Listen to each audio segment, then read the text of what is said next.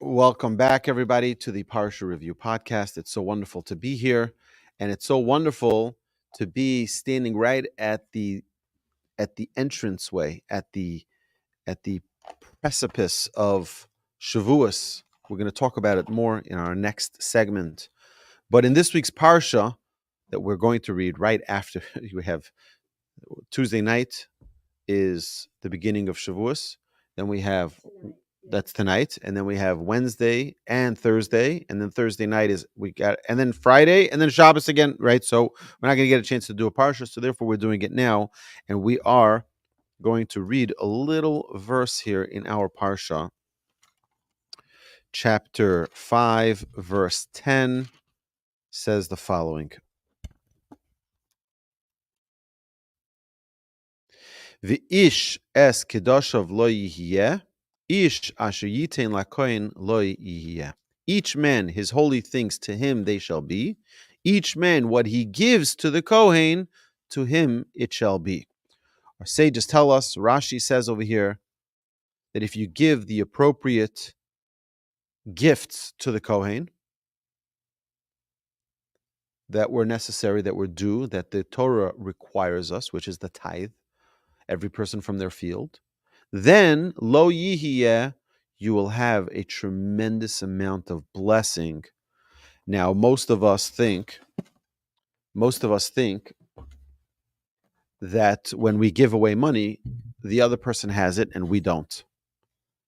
Our sages tell us that there is a promise that when you give money to charity, particularly the Torah says regarding the tithe that one gives, you get it back. But more than just that, there's a promise. Aser ta'aser. It says, tithe, you shall tithe. Now we know that the Torah doesn't have an extra word, that the Torah doesn't have an extra letter. So just tell me tithe. Why are you telling me tithe, you shall tithe? Why do we need that redundancy? Talmud tells us, Tractate Shabbat 119b. Talmud says, Aser bishvil shetit asher. Give a tithe so that you shall become wealthy. It's a promise.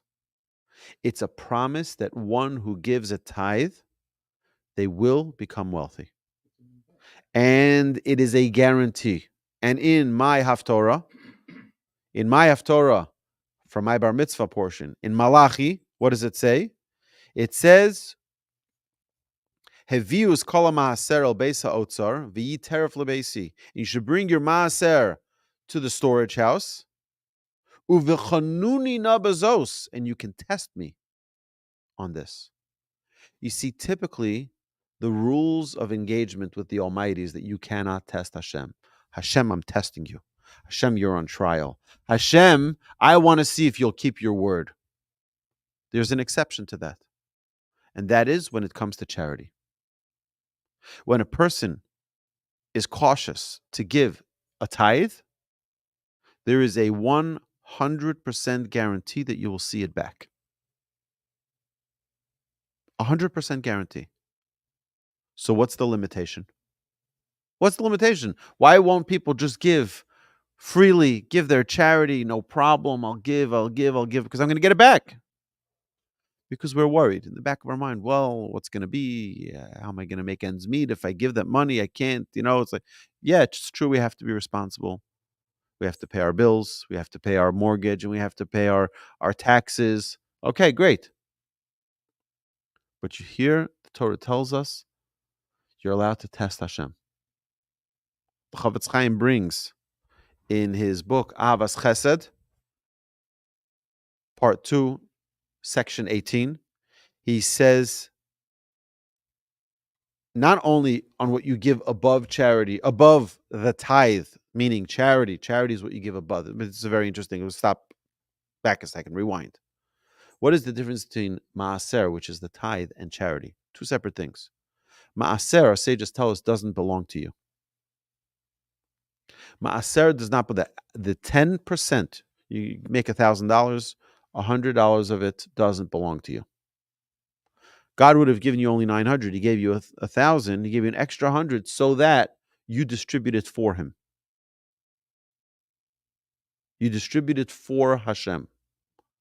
What you give above that 10% is what you're giving charity.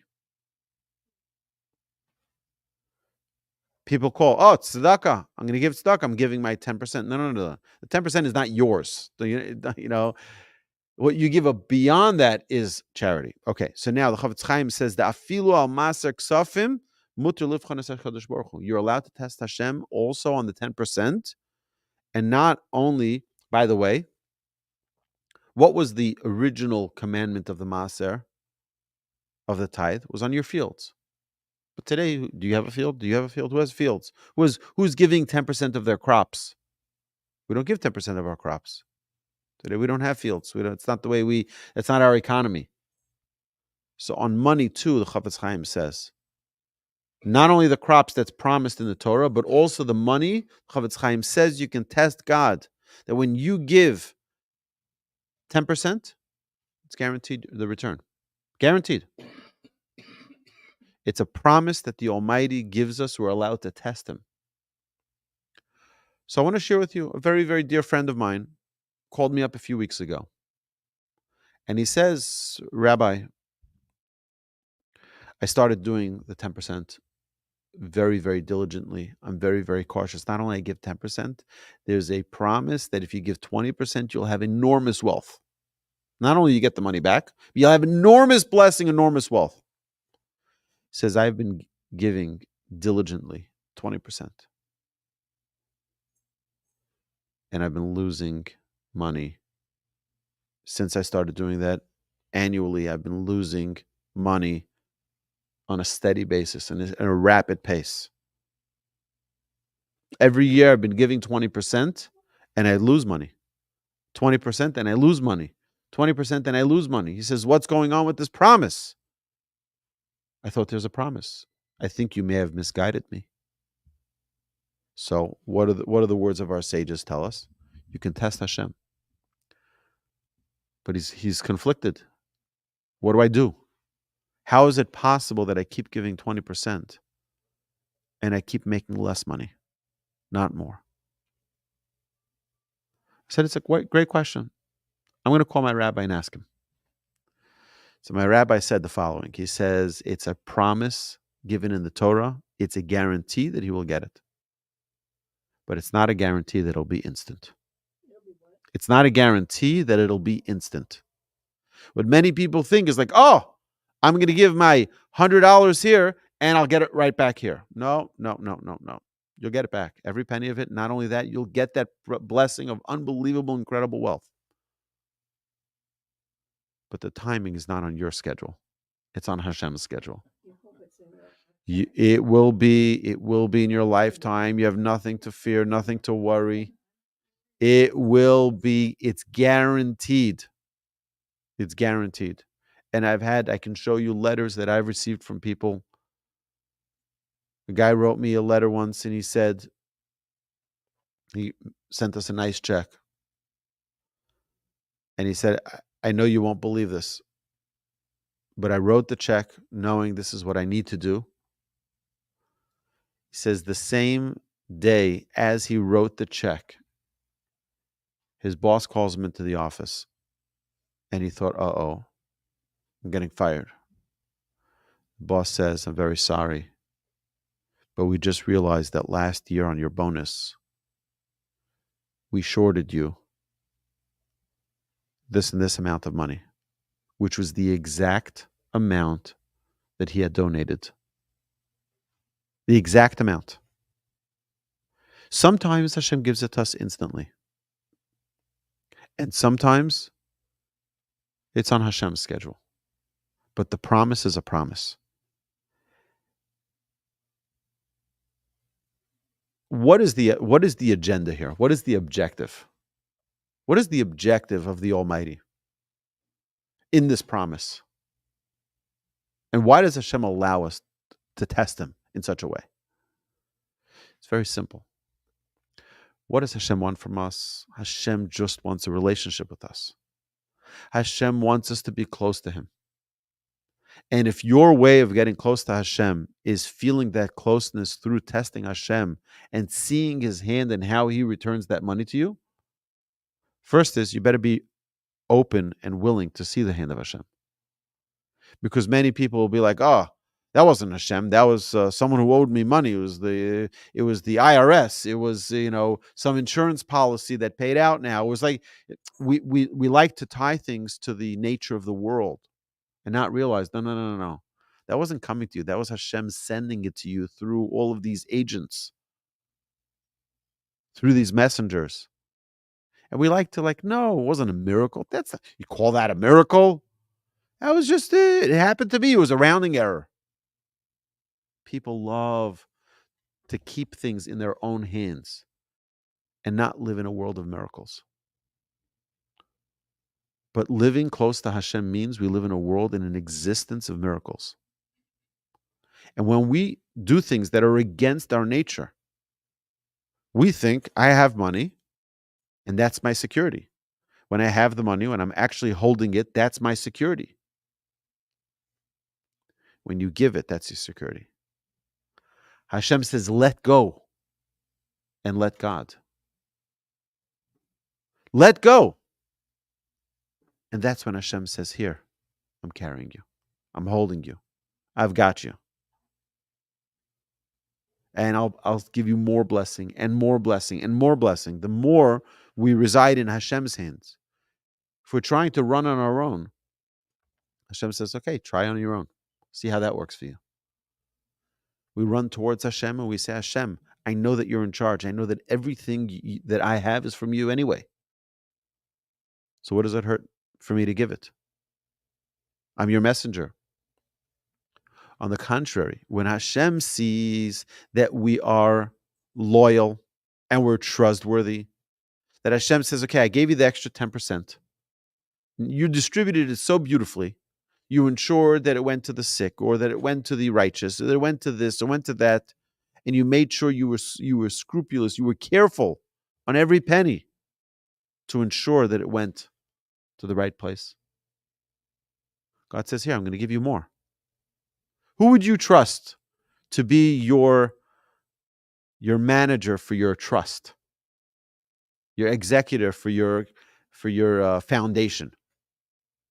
Someone who's careful, and you tell them, give them instructions, and they follow the instructions.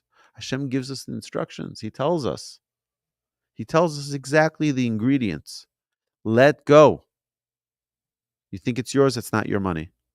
How many times did we senselessly have to pay an extra $600 for a medical thing, for a medication, for a plumbing repair, for what? Hashem says, listen, you have money that I need to take away from you. And then how many times do we have randomly something just comes in the mail with a check? Where did that come from? Oh, it was you overpaid on your escrow for, right? And they send you, these are gifts. Hashem is communicating with us. Hashem is communicating with us. And it's a very, very, money has a very weird power over people. People think, oh, they have money. People like to flatter those who have. People like to curry favor. Money does very weird things to people. The weirdest thing that money does is it makes us feel like we own it, and we don't. And Hashem is reminding us here in this week's Parsha. You want to know how you'll have tremendous success? Asher yitin lakohen. You're going to give it to the Kohen. Lo yihye. It's going to be for you. It's going to be for you. You think you're giving it now, they have it and you don't have it. I just gave you the $100. Now you have it and I don't. No. Lo yihye. It's coming right back to you. It's coming right back to you. That's what the verse is telling us.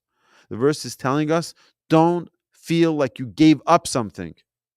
You invested, and that return is coming. It's an unbelievable challenge for each and every one of us. But I urge you, test Hashem. Hashem says, Uvchanunina, please test me. I want you to see why.